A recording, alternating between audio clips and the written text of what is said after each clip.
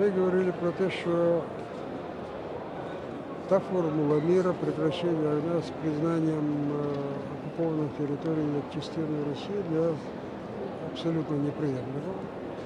Ми допускаємо, що це така, на якийсь промежуток времени це може. В цій ситуації для нас важливо захист прав коренного народу Криму. Вы говорили про то, что нужно создать международную мониторинговую группу, которая бы соблюдала за правами человека.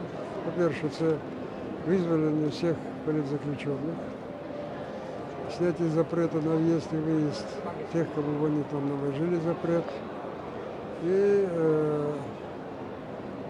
функционирование представительского органа крымско-татарского народа, Меджлиса крымско-татарского народа. Ми виразили вдячність йому за те, що Україна, Туреччина ніколи там не змінювала свою позицію стосовно окупованих територій. І останнє заявлення теж, що якщо там буде мир, то він має бути на справедливій основі.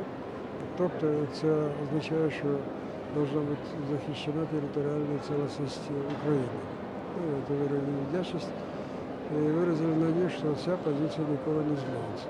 Но я думаю, головная проблема в том, что мир до сего дня недостаточно понимает, что это не только война между Россией и Украиной, а война цивилизованного цвета с фашистской Россией.